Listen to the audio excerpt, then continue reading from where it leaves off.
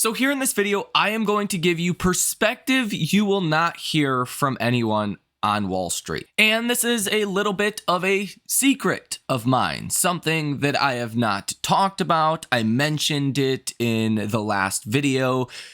Towards the end of the video, probably not a lot of people even heard this, but here it goes. I work in a restaurant. I wait tables on the weekends, not because I need the money, but mainly because I'm a single father with a 1-year-old and a 4-year-old sitting at home making YouTube videos all day. Doing that is just very bad for your mental health long term. So I like to get out of the house. And I've worked here for a long time, and I've scaled down to accommodate different things I'm doing in my life. I'm also a real estate agent, so I get that perspective as well on the economy. But from the consumer aspect, from the restaurant weekend shifts I do, the economy is far worse than we think. Okay, we're about 6 months lagged behind. What I mean by that is what I'm seeing now is a restaurant that has slowed down about 50% in 6 months, which is dramatic. Now, this restaurant is in a tourist town. This is supposed to be the busiest time of the year. And this restaurant is struggling. This is really a testament to the consumer more than anything else. And the consumer is over 70% of this economy. After all, even if you're not a server at a restaurant, you kind of have a heads up of this already. Wall Street is voting with their money already. Look at Dollar General, completely destroyed back to 2020 lows. Look at Five Below, which has recently gotten just obliterated. Look at Starbucks or Dutch Bros or many other consumer-related companies. They are not getting the benefit of the doubt. Unfortunately, this is not just a restaurant or consumer staple, company's problem. This is going to be an entire economy problem. But I see it as very lagged behind. And I'll do my best to explain what this is. But essentially 6 months ago or so, the velocity of the consumer slowing down really started to become obvious. And now it's just in a really bad place. But 6 months ago, it started to become very obvious. And and you've seen signs of this at times over the past year or so. But about 6 months ago, it became very, very obvious. But you're just now starting to see that getting reflected in economic data. You're just now starting to see retail sales last month come in at 0%, unchanged on a month-over-month basis. We get a new report on Thursday, and that's going to be critical information for the markets. But the way that it looks to me is what I'm seeing on the ground is a wider problem. And what I'm seeing on the ground is what was reflected in the data and I seen 6 months ago. So over the coming months, the data will get worse. The consumer will get worse. Although the consumer is already bad, it takes time for that data to actually get reflected into the government numbers. Okay. So over the next couple of months, it looks obvious that the economy is going to get worse on paper. Again, the economy is already not great, but it's going to get worse on paper as far as economic data. Now, last week, it became obvious just how important economic data is when a 7,000 initial jobless claims, B, lower than expected number by 7,000, caused the S&P to have its best day in over a year. That is insane, okay? Just imagine what happens when the data starts to look worse. And I hope you don't just listen to me when I tell you this, when I give you this warning. We're seeing this everywhere.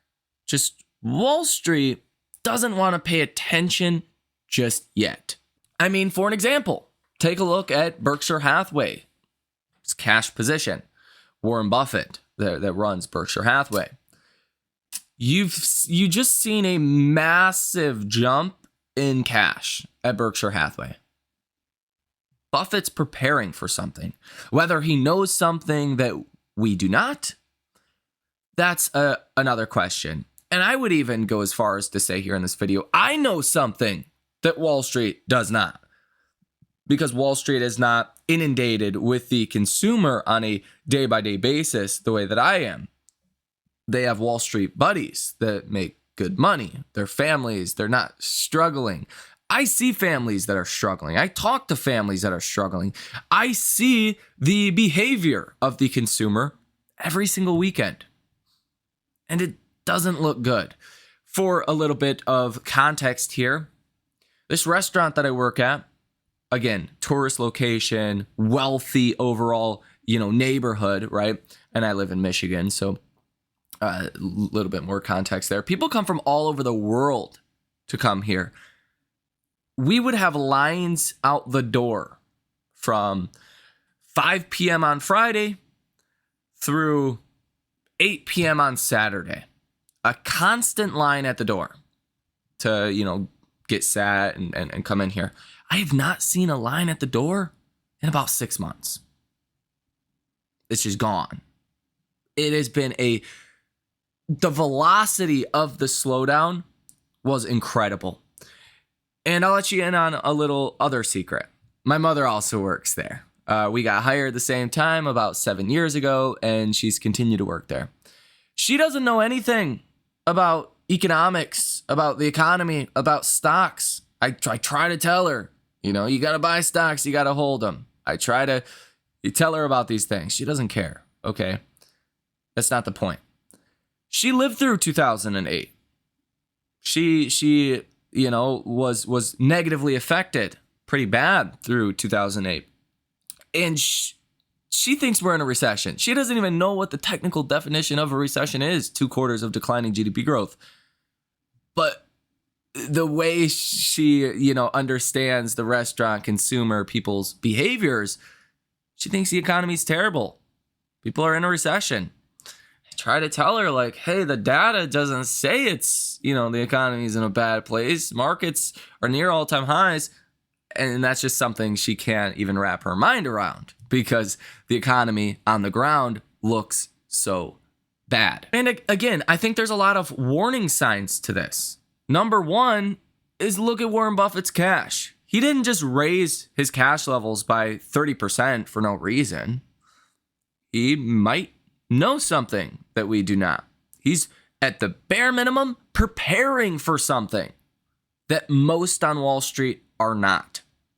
And I think that's why this video is so valuable, because the consensus view on Wall Street is not recession. It's not the economy getting worse. It's the consumer might actually get better. In fact, I'm not seeing that. And again, from my perspective, the data's lagged behind about 6 months. The data in which we're seeing now, a consumer that's kind of plateauing, was what I seen 6 months ago. Now it's just way worse, right? Now it's just bad, okay? If I am correct, if this is kind of a testament to what could be to come in the economy, 6 months from now, we're going to be in a not so great place. Now, I think there's a chance that we avoid that, right? Maybe, the consumer is still spending in other areas. Maybe they're just skimping on food or activities. And to some degree, that will be correct. But either way it goes, I don't think you get out of this scot-free. And again, when markets are this high, still expecting almost 15% EPS growth in 2025, I think those estimates are far too high. Now, keep in mind, it's important to remember that over on the X account, I did pin this post on July 9th that said a 10% SPY correction is coming within the next 6 weeks. What happened? On July 9th, markets went up. 1, 2, 3, 4, 5 days later, peaked out. And then what happened? You ended up falling 9.78% to the lows. In fact, you actually came down and hit 507 in pre-market, which was a decline of 10.3%. So I was correct before everyone else. And I tend to be early to things. Historically, like, I tend to be right, but I tend to be early. Like, I shorted Five Below, for an example, 2 quarters ago, and the stock went up on their earnings. I didn't short it last quarter, and the stock went from $200 to $60 in like 3 months, right? I just tend to be early to things.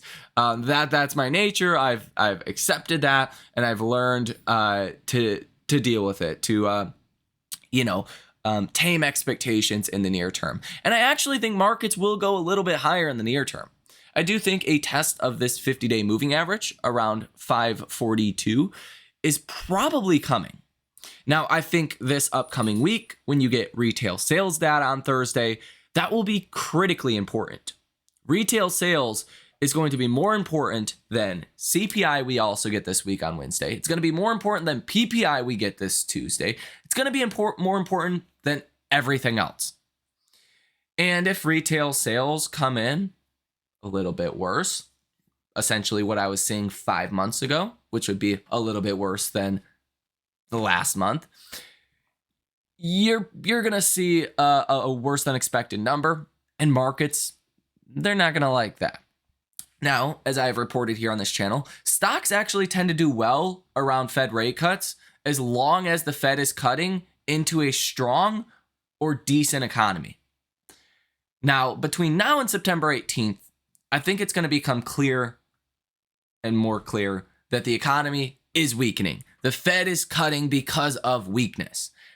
And that's a problem, even according to Bank of America. That's a massive problem. If you take a look at what Bank of America's Michael Hartnett just said, he said, "We remain sell the first rate cut. AI plays to wane in the second half of 2024. And that's historically the right move. Because, again, the Fed is usually too late to start cutting rates. I think the Fed should have been cutting rates in March of this year, if that tells you anything. About when you really started to see the restaurant industry go down at a pretty vicious degree. The Fed's late. That's clear. The Fed was too late to raise rates. They're too late to cut rates. And in the meantime, even if we avoid a recession, there will be steep downside from here. There will be at some point throughout the rest of this year or 2025.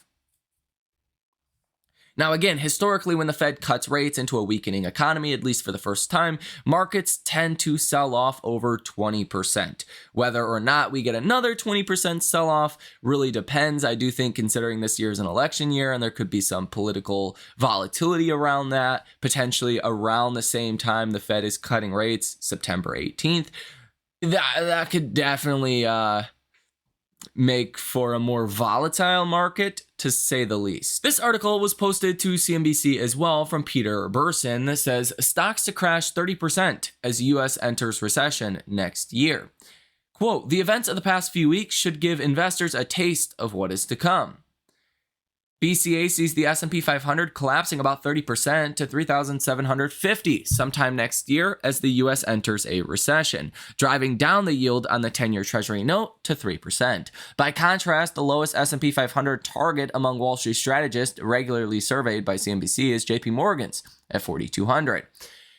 BCA research goes on to say, quote, "Global equities have been hit by a 1-2 punch," BCA analyst led by Chief Global Strategist Peter Burson wrote in a report released Thursday.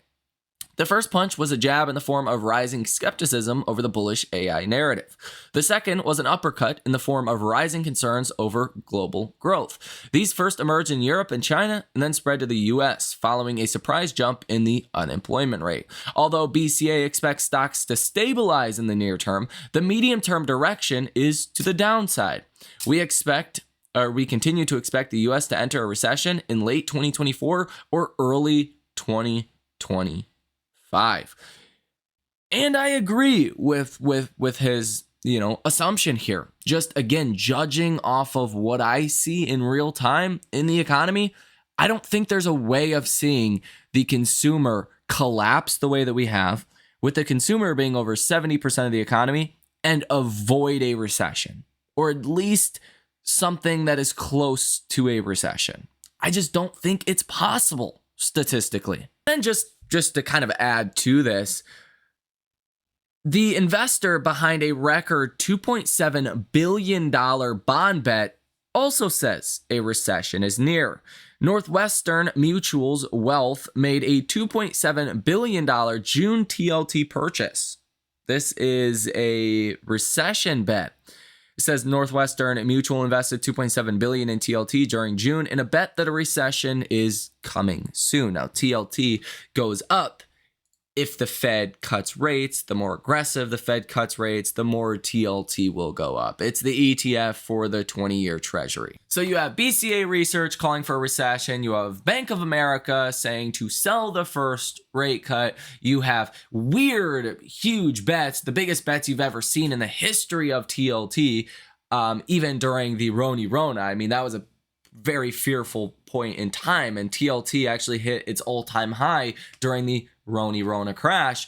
You have Warren Buffett that just raised his cash level by 30% in the last quarter. This was not just we're going to start, raising more cash. Like, Warren Buffett basically sold a lot of his portfolio.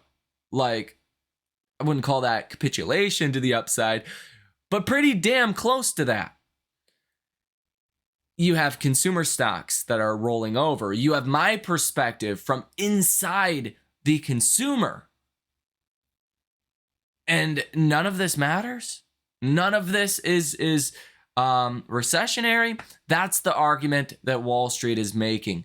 The fact that this is not a consensus view means there is potential. There is opportunity out there. By the time you're getting on CNBC and everyone is bearish, it's already too late to at least make some downside trades on this to hedge your portfolio.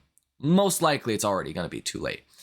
Right now, you're not seeing that. Right now, consensus is not we're going into recession. Whether we do or don't, topic for another video. That's like 2022, right?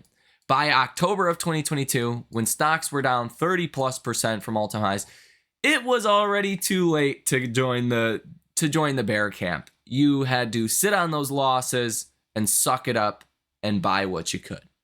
Now, stocks are still sitting near all-time highs. I still think now is a good time to lock in profits. And you have a massive heads up from yours truly in this video. I mean, the risk to reward is terrible. What's your reward here for taking risk? S&P goes up to new all-time highs, maybe 6% up from here or so, with sky high expectations for 2025. You've already priced in the next year's worth of gains.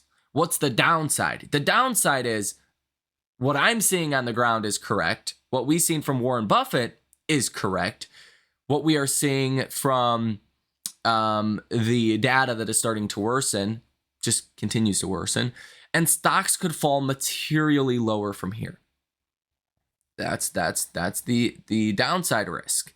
I think the downside risk far outpaces the upside risk at this point, which I really don't think there's a chance of an upside risk or surprise in economic activity. I just don't.